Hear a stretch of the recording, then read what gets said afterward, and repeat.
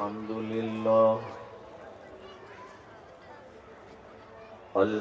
لله وكفى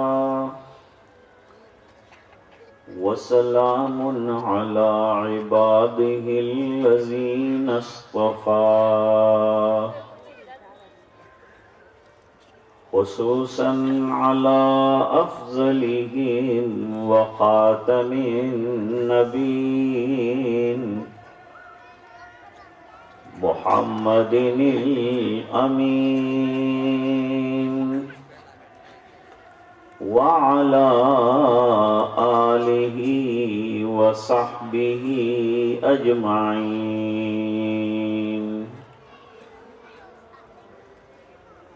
أما بعد فأعوذ بالله من الشيطان الرجيم. بسم الله الرحمن الرحيم.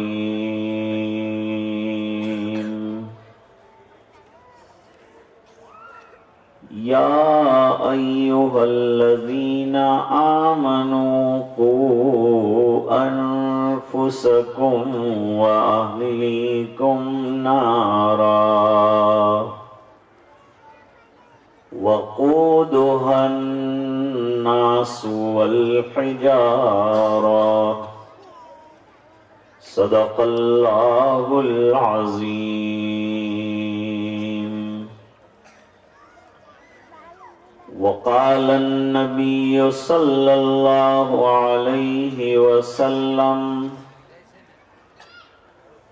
ألا كلكم راع وكلكم مسؤول عن رعيته أو كما قال عليه الصلاة والسلام. وصدق رسوله النبي الأمي الكريم. ونحن على ذلك لمن الشاهدين والشاكرين والحمد لله رب العالمين.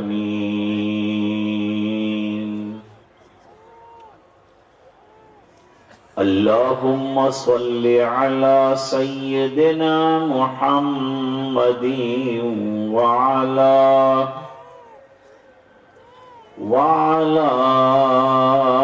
آل سيدنا محمد وبارك وسلم.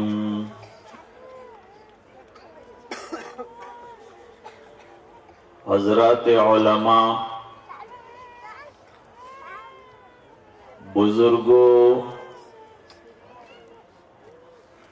دینی بھائیوں، پردہ نشین دینی ماں بہنیں،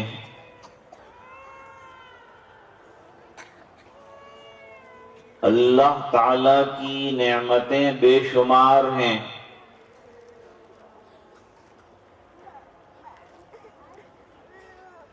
اور ان بے شمار نعمتوں میں سے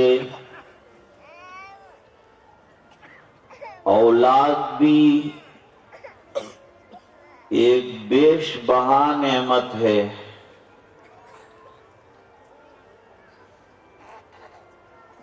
ہر نعمت کی کما حقہ قدر ہونی چاہیے.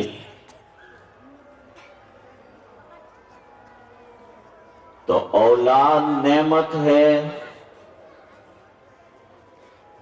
اس کی بھی قدر ہونی چاہیے.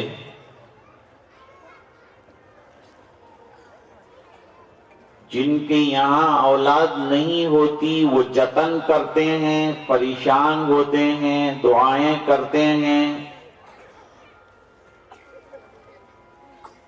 کہ اللہ ان کو اولاد سے نواز دے.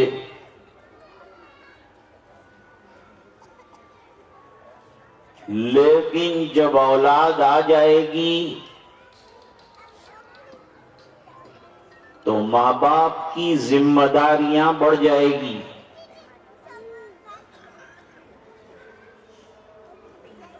ایک مسلمان ہونے کے ناطے سے ماں باپ کے ذمے سب سے بڑا فریضہ یہ عائد ہوگا کہ اپنی اولاد کو پکا مسلمان بنائے، خود بھی دیندار بنے اور اپنی اولاد کو بھی دیندار بنائے.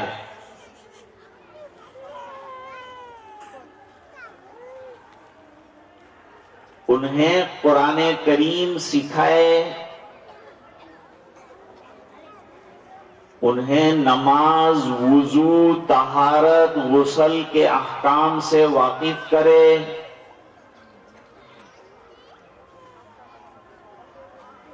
اور پورے دین سے واقف کرے.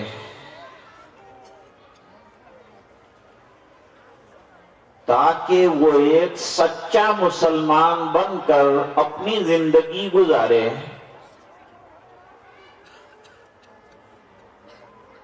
حدیث شریف میں فرمایا، خیرکم من تعلم القرآن وعلمہ، تم میں سے بہترین وہ ہے جو قرآن کریم کو سیکھے، اس کا پڑھنا، اس کے ادا کرنے کا طریقہ سیکھے. قرآن کریم سیکھنے کی چیز ہے، اور قرآن کریم کے بغیر ہماری زندگی ایمانی کا تصور نہیں ہو سکتا. تو ہماری اولاد قرآن کریم کو حفظ جان بنائے، اس لیے ان کو قرآن کریم کی بہترین تعلیم دی جائے.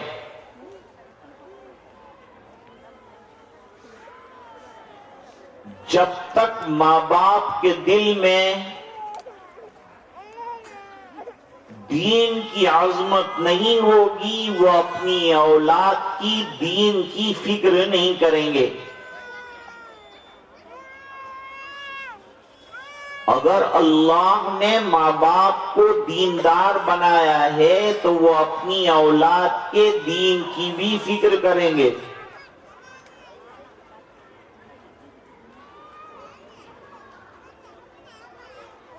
جیسے ابھی مولانا نے فرمایا کہ ہم اپنے بچے کو دنیا کا اچھا ایجوکیشن دلانے کے لیے ٹیچر سے ملتے بھی ہیں اور اسکول میں، ٹیوشن میں، رکشا میں بھرپور پیسہ دیتے بھی ہیں.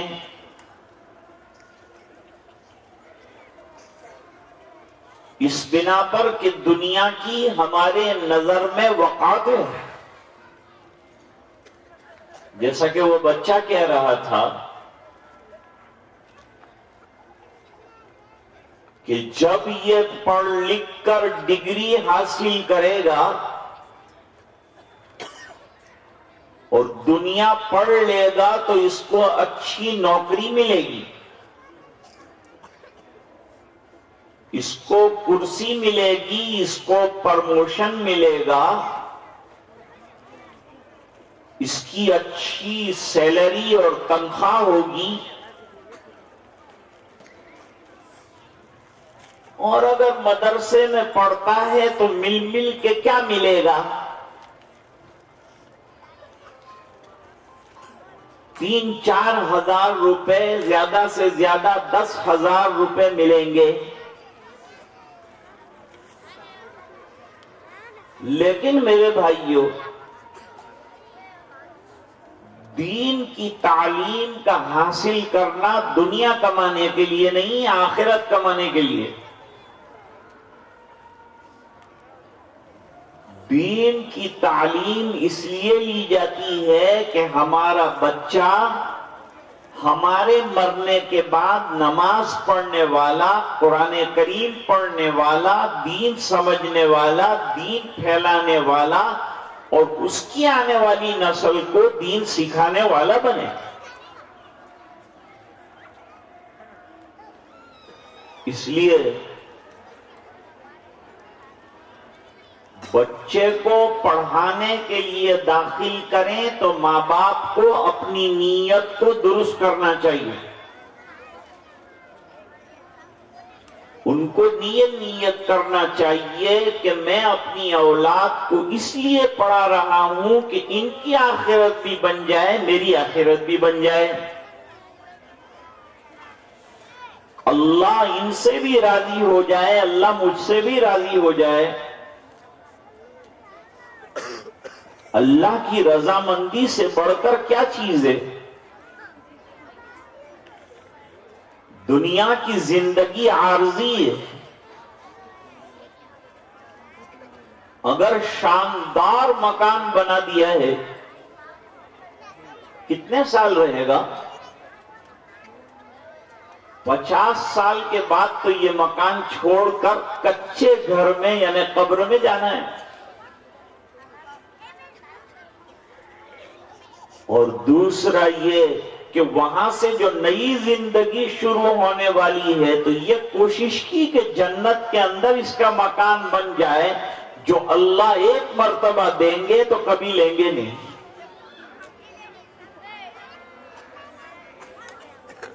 اور جنت کی زندگی خالدین فیہا ابدا، ہمیشہ کی زندگی ہے۔ یہ ایمان والے کا عقیدہ ہے اور یہ ایمان والے کا یقین ہے۔ حدیث شریف میں فرمایا، جس بندہ یا بندی سے اللہ ایک مرتبہ راضی ہو جاتے ہیں تو پھر کبھی ناراض نہیں ہوتے، اور جس بندہ اور جس بندی سے اللہ راضی ہوتے ہیں ان کو جنت سے نوازتے ہیں، کیونکہ اللہ کی رضا کا مقام جنت ہے اور اللہ کی ناراضگی کا مقام جہنم ہے۔ حدیث شریف میں ہے کہ جنت اور جہنم میں مکالمہ ہوا، جیسے ابھی دو بچے مکالمہ نہیں کر رہے تھے، اس طرح جنت میں اور جہنم میں محاجہ ہوا۔ جہنم نے کہا کہ میرے اندر تو بڑے بڑے مالدار اور بڑے بڑے پیٹ والے اور دنیا کے بڑے بڑے رؤساء اور راجے مہاراجے آتے ہیں، جنت نے کہا میرے اندر غریب الحال، مفلوق الحال، ٹوٹے پھوٹے لوگ آتے ہیں۔ اللہ نے فرمایا اسٹاپ۔ جہنم سے کہا تو میری ناراضگی کی جگہ ہے، جسے چاہتا ہوں تیرے ذریعے سے سزا دیتا ہوں، اور جنت سے فرمایا تو میری رضا کی جگہ ہے، جن کو چاہتا ہوں میرے بندوں میں سے اور پسند کرتا ہوں ان کو نوازتا ہوں اور جنت میں جگہ عطا کرتا ہوں۔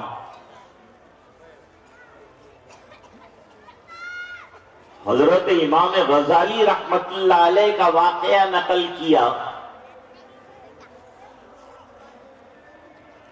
کہ نظام الملک توسی کے مدرسے میں ان کو داخل کیا گیا،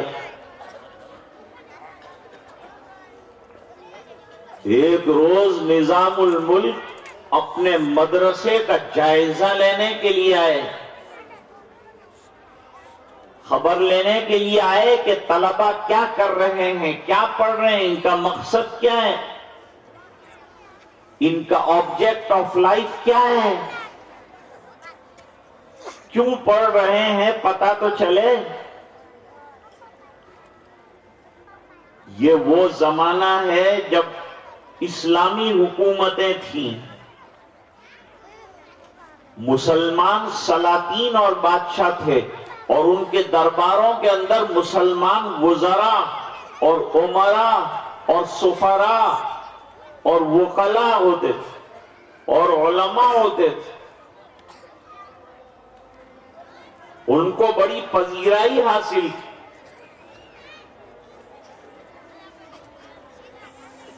اس زمانے میں لوگ اپنے بچوں کو شوق سے مدرسے میں داخل کراتے تھے کہ بڑا ہوگا تو دربار میں وزیر بنے گا، قاضی بنے گا، حاکم بنے گا، گورنر بنے گا۔ ان صلاحیتوں کے لوگوں کو لوگ گورنر بناتے تھے اسلامی ممالک کے سلاطین۔ بچے وہاں پڑھ رہے، جیسے آج ہمارے اچھے کالجوں میں اور انگریزی اسکولوں میں، حالانکہ وہاں کرسچینٹی سکھائی جاتی ہے، عقیدوں پر ضربیں پڑتی ہیں،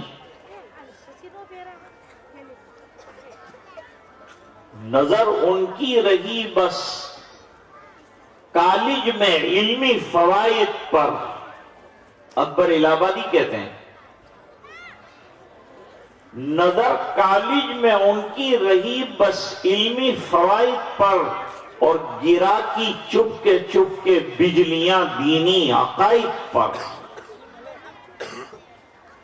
وہ بجلیاں گراتے ہیں، عقیدوں کو خاک کر دیتے ہیں، دل میں جلنے والی ایمان کی انگیٹھی کو ٹھنڈا کر دیتے ہیں۔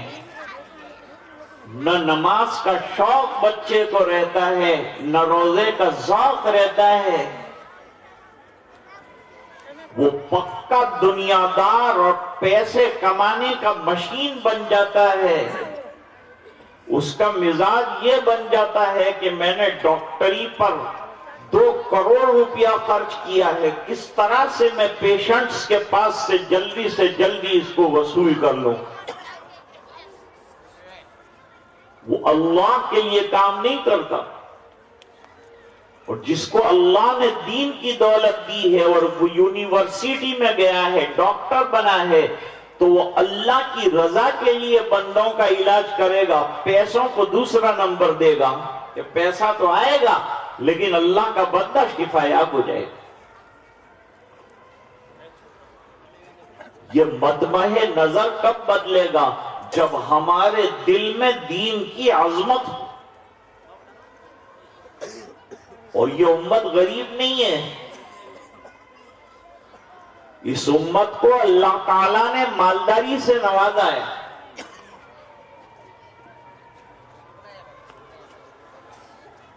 ابن ماجہ شریف میں حدیث ہے، اور حضرت امام بخاری رحمت اللہ علیہ نے اپنی جامع میں حدیث کو نقل فرمایا ہے۔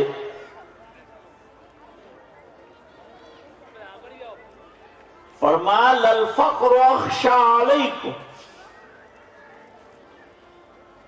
میں تمہارے فقر و فاقہ سے فکر میں نہیں ہوں، ولیکن اخشى علیکم، لیکن مجھے ڈر اور خشیت اس بات کی ہے ان تبسط علیکم الدنیا، کہ تمہارے اوپر دنیا کو پھیلا دیا جائے گا۔ لَتَصُبَّنَّ عَلَيْكُمُ الدُّنْيَا صَبًّا، دنیا کو تمہارے اوپر بہایا جائے گا۔ حَتَّى لَا يَزِيغَ قَلْبَ أَحَدِكُمْ إِزَاغَةً إِلَّا هِي، حدیث شریف میں فرمایا اتنا مال آنے والا ہے امت کے پاس، اتنا مال آنے والا ہے امت کے پاس کہ ایک بندہ زکوٰۃ کا مال تھیلا بھر کر لے کر نکلے گا کہ کسی غریب بندے کو دے دوں، وہ غریب آدمی کا دروازہ کھٹکھٹائے گا، غریب دروازہ کھولے گا اور اس سے پوچھے گا کیسے تشریف لانا ہوا؟ یہ آدمی تھیلا دکھا کر کہے گا یہ مال تمہیں دینے کے لیے آیا ہوں، زکوٰۃ کا مال ہے۔ تو وہ غریب مکر کے کہے گا کل میری زمین اتنی بک گئی اور اتنا پیسہ میرے گھر میں آیا کہ میں کل آتے تو لے لیتا، آج نہیں لوں گا۔ مال اتنا آنے والا ہے کہ کوئی زکوٰۃ لینے والا نہیں ہوگا۔ تو اس امت کی آزمائش مال کے ذریعے سے ہے، فقر و فاقہ کے ذریعے سے نہیں ہے۔ اور مال کے ذریعے سے آزمائش یہ آئے گی کہ بندہ مال دین پہ خرچ کرتا ہے کہ نہیں کرتا، کہ صرف دنیا پہ خرچ کرتا ہے، اس کی نظر میں صرف دنیا ہے، یا پھر اس کی نظر میں اللہ کی رضا بھی کوئی چیز ہے۔ اگر ایمان ہے تو اللہ کی رضا کا ویلیو ہے اس کے یہاں، اور اس کے دل میں اگر دین کی وقت نہیں ہے تو اس کے ساتھ بحث کرنا بھی بیکار ہے۔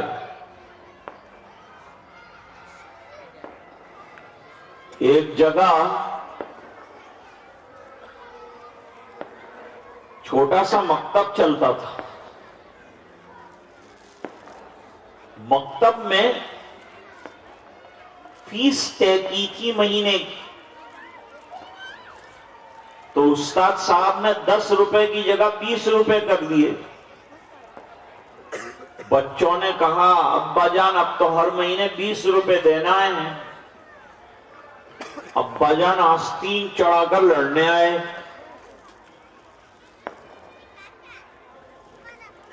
مولانا کیا سمجھ کر تم نے 10 روپے بڑھا دیے؟ کہاں سے لائیں گے ہم لوگ 10 روپے؟ مولانا نے مسکرا کر کہا کہ وہ بچوں کو ٹیلی ویژن پر سفید کیبل سے کارٹون کی فلمیں دکھانے کے لیے 300 روپے ہیں تیرے پاس، لیکن اللہ کا قرآن پڑھانے کے لیے تیرے پاس 10 روپے نہیں، کیونکہ تیرے نزدیک وہ بڑا ہے۔ تو نے دنیا کو بڑا سمجھا اور قرآن کو چھوٹا سمجھا، تو نے دنیا کو بڑا سمجھا اور دین کو بے حیثیت سمجھا۔ صحابہ کی زندگیاں دیکھو، دین کے لیے کیسا لٹاتے ہیں، کیسا خرچ کرتے ہیں۔ ہم اس کا عشر عشیر خرچ کریں، خرچ نہ کریں تو اپنے اساتذہ سے جا کے اپنی اولاد کا حال تو پوچھیں، اور اپنے بچے کو دینی معیار بلند کرنے کے لیے گھر کے اندر لے کر بیٹھیں۔ اور یاد رکھو اپنا بچہ آپ چاہتے ہیں نیک بن جائے، دیندار بن جائے، تو اس کے علاوہ کوئی راستہ نہیں ہے کہ ہم دیندار بن جائیں۔ ہم کو دیندار بننا پڑے گا۔ آج دنیا کے کالجز اور دنیا کے اسکول ایک ہی محنت پہ لگے ہیں کہ ہماری اولاد کو دہریہ بنا دیں، ہماری اولاد کے اندر سے دین کی مایا اور دین کا ہیرا چھین لیں۔ یہ ان کا مقصد ہے۔ ان کے مضامین آپ پڑھو، سب یہی ہیں، سب دیومالائی چیزیں پڑھائی جاتی ہیں۔ یہ چند گھنٹوں کے لیے بیچارے ہمارے علماء محنت کرتے ہیں، آپ کے جگر پاروں کو خون جگر دے کر کام کا بناتے ہیں، آپ پتھروں کی طرح لا کر دیتے ہیں۔ یہ لوگ ان کو تراش تراش کر ہیرا بنا کر یہ مائک پر پیش کرتے ہیں. ابھی بچوں نے کتنی کام کی باتیں بتائی، کتنا شاندار چھوٹا سا پروگرام آپ کے سامنے پیش کیا، کتنی معلومات آپ کو یہ بچوں کے ذریعے سے آج حاصل ہوئی ہوں گی. ماں بہنوں کو کتنے مسائل جو ہیں یہ حاصل ہوئے ہوں گے. سوچو سال بھر میں یہ بچے اور بچیوں نے اور کتنے مسئلے حاصل کیے ہوں گے اور کتنا دین حاصل کیا ہوگا.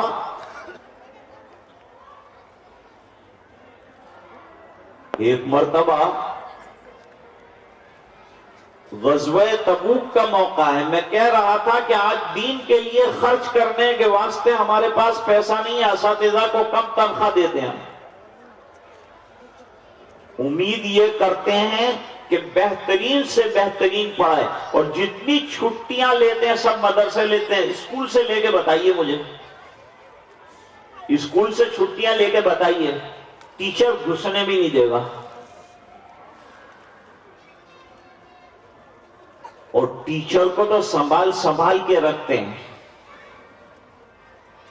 اور اس کے ساتھ گوڈیم شوڈیم کرتے ہیں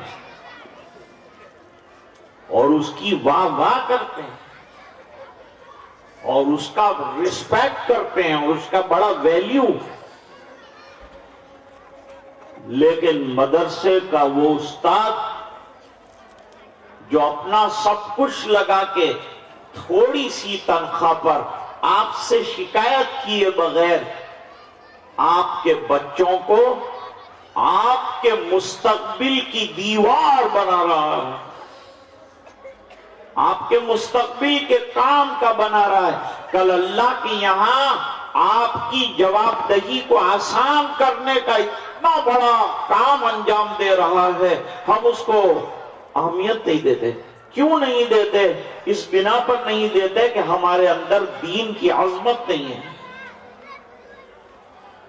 اگر ہمارے اندر دین کی عظمت حضرت ابو بکر رضی اللہ تعالیٰ عنہ کی آئے تو ہم اپنا سارا اثاثہ اپنی اولاد پہ لوٹا دیں گے. حضرت امام اعظم ابو حنیفہ رحمت اللہ علیہ کے صاحبزادے جب قرآن کریم حفظ کر چکے، حفظ بہت بڑی نعمت ہے، حافظ قرآن ہونا بہت بڑی سعادت ہے. اور جیسے مولانا نے کہا مت گھبراؤ، صحابہ نے بڑی بڑی عمر میں قرآن پڑھا، بڑی بڑی عمر کے اندر دین سیکھا. حضرت عائشہ رضی اللہ تعالیٰ عنہ پورے قرآن کی حافظہ بنی. حضرت ابو ہریرہ رضی اللہ تعالیٰ عنہ بڑی عمر میں حضور کی 5374 روایتوں کے حافظ بنے.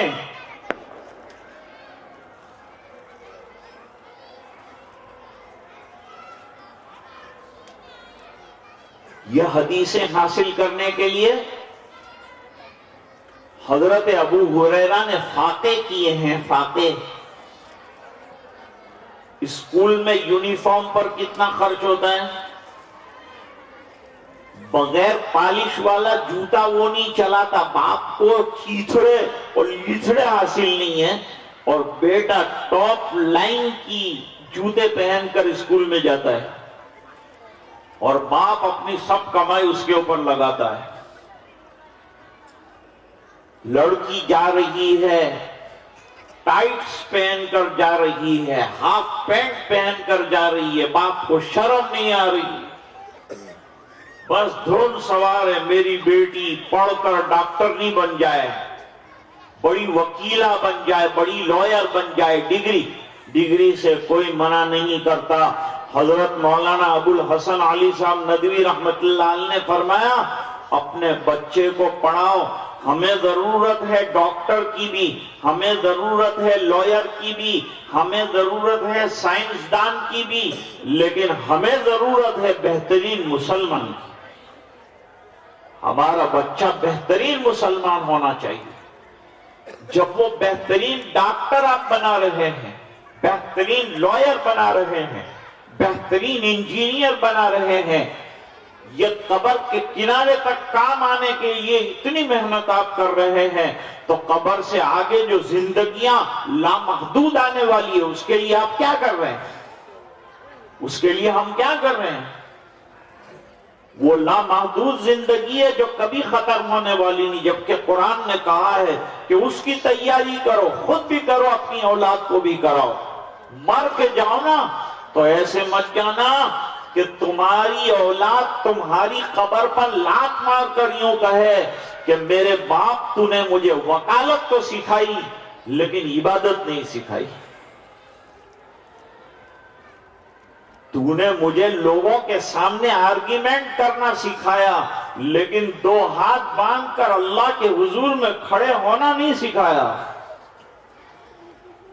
تو نے وکالت کی بڑی بڑی کتابیں پڑھوا دی لیکن اللہ کی کتاب تو نے نہیں پڑھائی، جبکہ وہ فرض تھا، جبکہ وہ ضروری تھا۔ طبرانی شریف میں ہے کہ جب بچہ اچھی طرح سے بولنا شروع کرے سب سے پہلے اسے قرآن کریم پڑھاؤ، سب سے پہلے اس کو قرآن کریم کی تعلیم دو،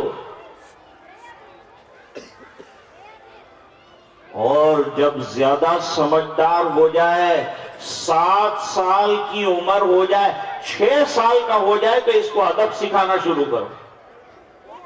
ہم بچوں کو ادب نہیں سکھاتے، اسکول میں اس کو ایٹیکیٹ سکھائے جاتے ہیں انگریزی، آپ اپنے گھر میں اس کو دینی ادب سکھاؤ، اسے کھانے کا ادب سکھاؤ، اسے پینے کا ادب سکھاؤ۔ کب سکھاؤ گے؟ جب آپ کو آئے گا تب سکھاؤ گے نا۔ دیکھو ایک مثال سے سمجھو بات کو،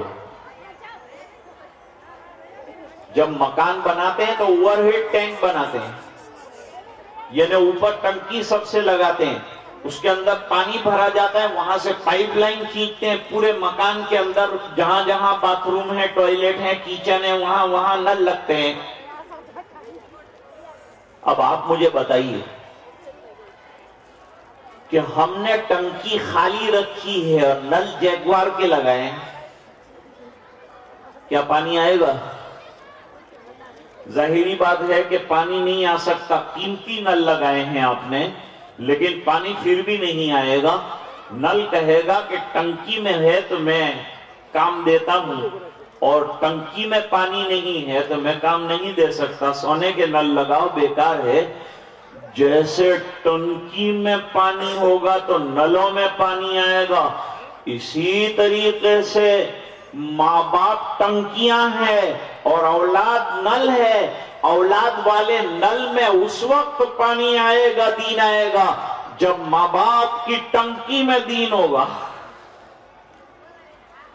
اس لیے اللہ تعالیٰ قرآن کریم میں فرماتے ہیں یا ایھا الذین آمنوا قوا انفسکم واہلیکم نارا، اے ایمان والو اپنے آپ کو بچاؤ اور اپنے فیملی ممبرز کو بچاؤ آگ سے۔ تمہارے چاروں طرف گناہوں کی آگ جل رہی ہے، یہ آگ سے بچاؤ، خود کو بھی بچاؤ، اپنی اولاد کو بھی بچاؤ۔ ذمہ دار بنایا ہے ہمیں اولاد کا، یہ اولاد کا حق ہے، اولاد کا شکریہ ادا کرنا چاہتے ہو تو ان کو باادب بناؤ۔ کوئی ماں باپ اپنی اولاد کو اچھے ادب سے بہتر ہدیہ نہیں دے سکتی۔ سب سے اچھا ہدیہ کیا ہے کہ اس کو ادب سکھاؤ۔ حدیث شریف میں ہے، حضرت امام بخاری رحمت اللہ علیہ نے نقل کیا ہے، حضرت ام سلمہ رضی اللہ تعالی عنہ جن کے شوہر انتقال کر گئے، وہ بیوہ ہو گئی۔ ہمارے یہاں بیواؤں سے کوئی شادی نہیں کرتا، عیب سمجھا جاتا ہے۔ یہ بیوگان بیچاری در در ماری ماری پھرتی ہیں، کھانے کے بھی لالے پڑ جاتے ہیں، لیکن اس سے کوئی اللہ کا نیک بندہ شادی کر لیتا ہے تو اس کی بھی زندگی سنبھل جاتی ہے، اس کی بھی زندگی سنبھل جاتی ہے، اس کو اجر ملتا ہے، ثواب ملتا ہے۔ ام سلمہ رضی اللہ تعالیٰ عنہ کو نبی کریم صلی اللہ علیہ وسلم نے پیغام دیا، نکاح کا، خوش ہو گئی۔ سرکار یاد فرما رہے ہیں، سرکار مجھے اپنے نکاح میں لے رہے ہیں، بہت بڑی بات ہے، میں تیار ہوں نکاح کرنے کے لیے، لیکن سرکار میرے پہلے شوہر کے بچے بھی ہیں، ان کا کیا ہوگا؟ میں شادی کر لوں گی آپ کے ساتھ، میری زندگی بن جائے گی، لیکن میری اولاد کا کیا ہوگا؟ ان کی پرورش کا کیا ہوگا؟ ان کی تربیت کا کیا ہوگا؟ میرے سرکار نے فرمایا میں پوری دنیا کی تربیت کے لیے معلم بنا کر بھیجا گیا ہوں، انما بعثت معلما، مجھے معلم بنا کر بھیجا گیا ہے۔ گھبرانے کی کیا بات ہے؟ اپنے بچوں کو بھی لے کے آؤ نا، میرے گھر میں دوسروں کے یتیم بچے پلتے ہیں، تو کیا تمہارا بچہ نہیں پل سکتا؟ آئے گا، پلے گا، اس کا رزق کھائے گا، پرورش بھی پائے گا، اور تربیت بھی کس کی ملے گی؟ وہ مربی جو پوری دنیا کا مربی ہے، اس کی تربیت پائے گا۔ سرکار کے دسترخوان پر بیٹھ، حضور تو سمجھانے والے، سکھانے والے، کوئی غلط کام کرے اس کی غلطی کو درست کرنے والے، اس کی اصلاح کرنے والے، نبی سے بڑا مصلح کوئی نہیں، نبی سے بڑا دائی کوئی نہیں، نبی سے بڑا فکر مند کوئی نہیں۔ ہر وقت سرکار